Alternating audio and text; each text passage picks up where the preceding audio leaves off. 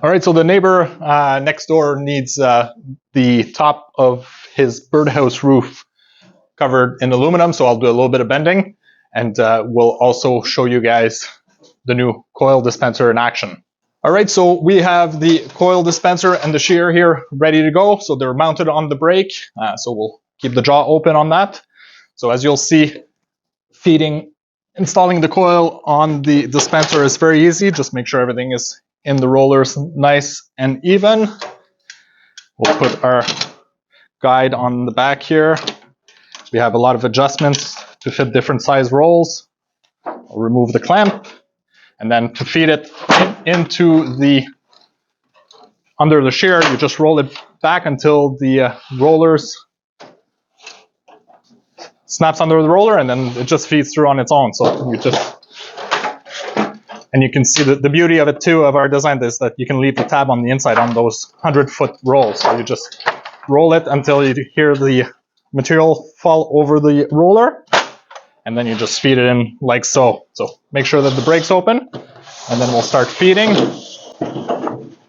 Pull out the material. Pull out the material that we need.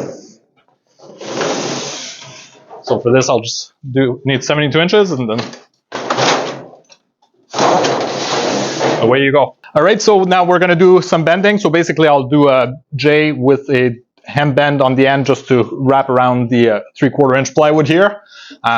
So I'll do, right now I need 36 inches, so I did a piece at 72 inches so that I only have half the bends to make. That piece, to make all 4 sides at once would be too long for the 10'6" brake, but if you had a long brake, you'd have to bend one piece and then divide that into the triangles. And then we'll show you guys the bending right from the edge of the brake as well afterwards, with the handles moved to the end, which makes it a lot more efficient. So the beauty of 24-inch throat depth is that I can start right from the edge. So I'll do my hem bend. Usually most people would take it out now and finish the crimp. I personally much prefer to leave it in the brake as long as I can. So I'll do the 90. Then my next piece is 3/4, so I'll do the 3/4. Like so. And now this is done, I'll have to cut the triangles, but now I gotta finish the hem. So now that I take it out of the brake, it has a lot more rigidity because of all the additional bends. So now is when I'm finishing my crimp. Now that piece will be ready to be turned into those triangles. So now I need to figure out exactly to confirm that this is a perfect triangle. So I'll go with the square, line onto the sides, and this shows me the middle here. I'll just confirm that this is true and accurate, and then I'll measure from 2 ends. So I got 17 and 7/8, and then from this end I got 18 and 1/8. So I'll go around, measure all 4 corners just to make sure that all is good. So I'm about at 18 everywhere, so I'll center my top at 18. I'll make them a little bit wider, and then I'll have room to play. All right, so now we'll draw our triangles so that we know where to bend them on the edge. So I'll probably try and flare it back up. I'm not a roofing guy by any means, so I'm happy it's a Birdhouse. We'll give that a try, and you guys let me know if you think there's a better way that I should have done it. So basically, I can make 2 pieces out of this one piece. So I got 37, so I'll divide the 37 in 2 at 18.5. So that'll be my center. And 37, 18.5. That'll be my center. So obviously, if you want to confirm without doing too many mats, you can also measure back. So this will be where I'll be splitting it in 2, and then I'll be going up square from there. I took the measurement from the bottom here to here. I got 20 and 3/8, so I'm going to go at 20.5 just to add a little bit of a safety net, if you will. So if I have more material to play with, you're better off being a little bit bigger than too small, trying to make it fit a smaller piece. Whereas if it's a bit bigger, it'll allow it to have some play so that you can make the corners nice and tight. So what I want to do now, right down the middle, I'll be at 20.5. And then this will be my corner where I need to go. This will be the end. Then I'll repeat here in the middle from that, 20.5, which is where I want to be. And then overall, we said we were going with 18 1/8. So from the middle again, I'll go to 18 1/8, which I'm marking on the bottom here. Then 18 1/8 here as well. And then we'll repeat on the other end.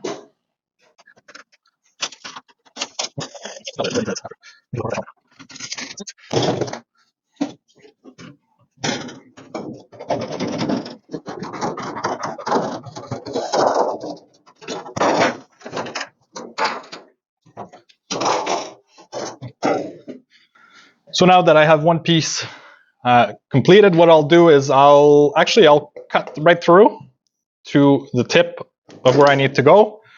And then same here, I'll fold the sides. I'll cut to my line. And then I'll know that this is where I need to bend to. So same here, on this side, I'll cut to my line. Show you the square. I'll leave these tabs here and I'll trim those afterwards. That will allow me to bend the corners to make the seam more seamless. So now I know that I need to go, basically we'll leave a 3/4 inch tab, so I'll go right on the end of the break. And then I'll line up about 3/4 inch from my cut here and 3/4 inch from my cut there. And then I'll cut with the knife because obviously I can't go with the cutter.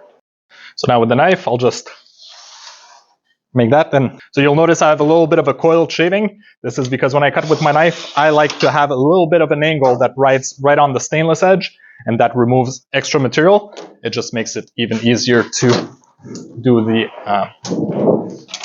to cut with the knife. So I'll bring that over here so that we can operate the hinge right from the end. So that takes care of that corner. I'll cut the other corner, and then we know exactly where we need to go back to make that upward bend where it's going to go up here. So I'll do the same on this end.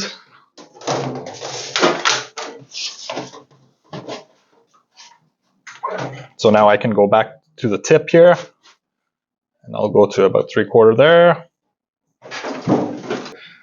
Cut again.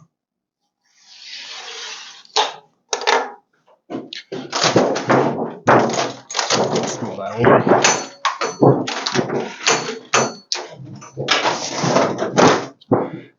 I personally like to pull it out with the leftover piece. That way I don't have to feed it to go in the break to reach the piece that's cut out.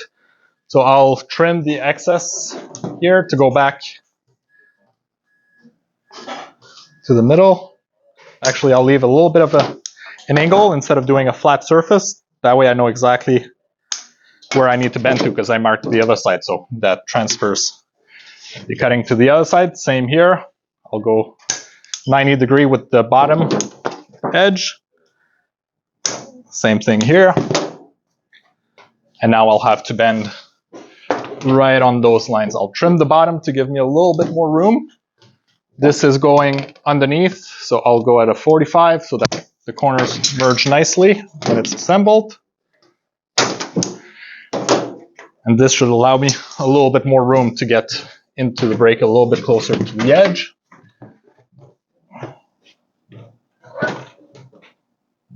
And then I'm going to force it to get on that line and on those points.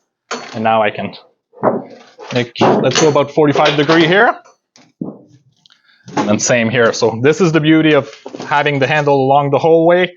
I can force my material in, hold it in place, adjust my brake, make sure I'm right where I want to be,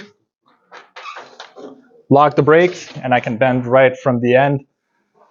I don't need to go to the middle of the brake and let go of the piece. So little things like that have a huge impact on how your bending is and how efficient it is. So that's it. All right, so one triangle is done. So we got obviously 3 more to make. So I'll get those made. So as you'll notice, this is the beauty of having access to the end of the brake right from the edge. It saves you that back and forth walking. If you're lining yourself up, you have access right in front. So little things like that make a huge impact at the end of the day.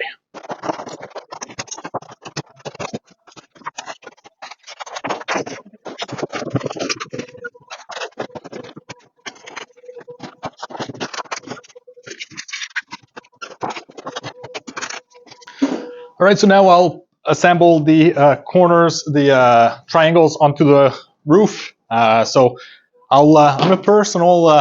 personally, I'm a strong believer of using caulking to try and fasten aluminum to wood, whether it's fascia board or anything like that. I hate nails, I hate screws. So personally, what I like to do is run a bead of caulking in strategic place where it's not going to show through the material. And the fact that it's caulking, it also allows expansion and contraction much better than other fasteners. That's just my personal perception. Sometimes if I need for the piece in question to hold in place while it's the caulking's curing, I'll even go to the extent of putting masking tape to hold the piece in place, or using two-way tape as well works well. Glazing tape for windows works well to hold pieces in place until the caulking is cured. So that's just the way I do it. I've built many houses with that technique and done redos of siding, and it's never failed me. And once it's on there, you can't rip it off. So it just gives a nicer look, I find, and I usually tend to use leftover caulking tubes. So this one's very old. I don't want to put too much so that it doesn't create huge bumps underneath, but right along the edge like this, won't show, and then it'll allow, especially on darker material, this is just a Birdhouse, so obviously it's not a huge span, but it gives you a little bit of an idea as to how I do it. So we'll go around, set the four corners, and then we'll do the standing seam part afterwards. So now we're going to bend the cap that's going to go over the standing seam part, if you will, of the joint where the two triangles meet. So I'm going to make kind of a V shape with two double bends on each end. So I'll bend a 28-inch piece. Typically, since all four pieces are the same, I would try and make a full-length piece and then do less bending, just because I don't want to waste too much material. In this instance, I'll just cut a 28-inch piece out, and then we'll be able to bend four pieces individually.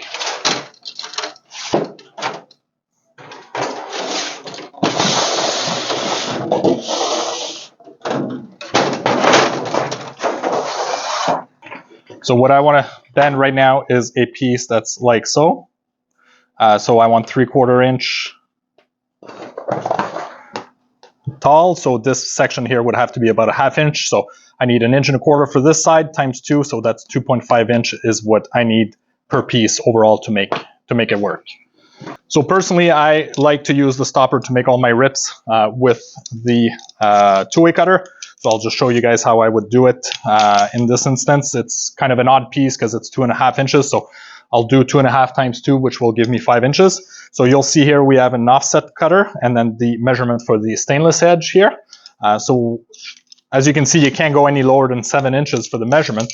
But the way we've designed it is that if you flip it around, your measurement minus 3 inches gives you the actual measurement. So that's what we're going to do here. So I'll put the stopper. And now I got my 5-inch measurement. So I need 4 pieces, so I'll make 2 rips, and then we'll be good to ripping down to the measurement that we need at 2.5. So I'll do 1 piece.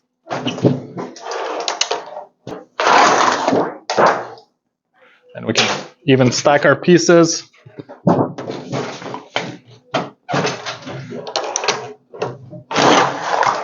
Come back this way. Now, unfortunately, I can't go any lower than 2.5 with the stoppers. So I'll swap over to the magnetic measuring tool. Again, we got the black scale, which lines us up on the 3.5 inch mark. On the 2.5 inch, I should say.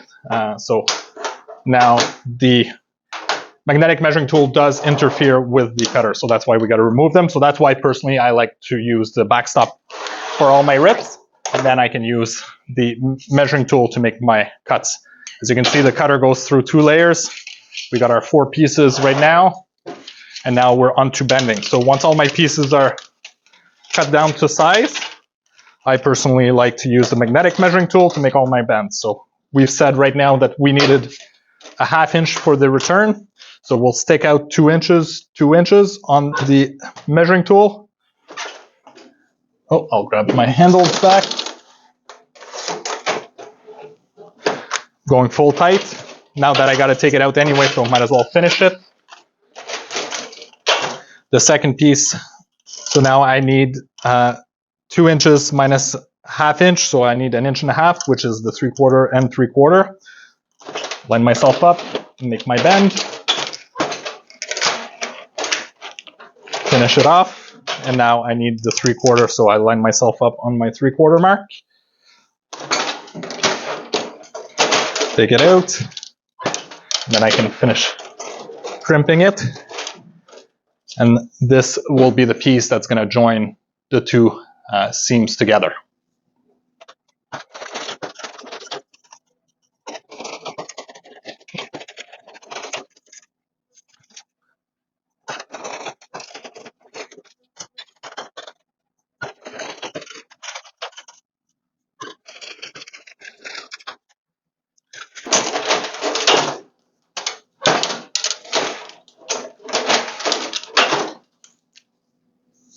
And yesterday I was missing my end cap crimps, so I brought them today, so I'll just give a few crimps just to jam everything together to make sure it doesn't come apart.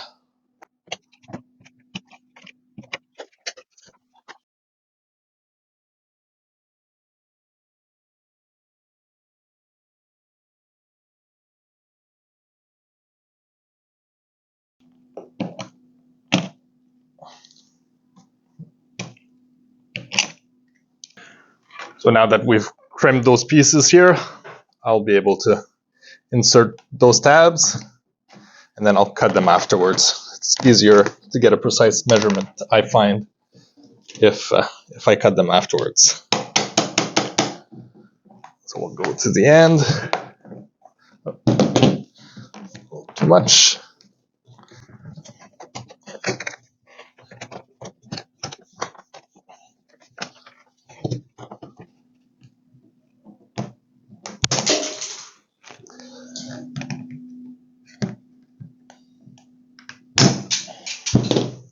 Then I'll make a cap to fit the top.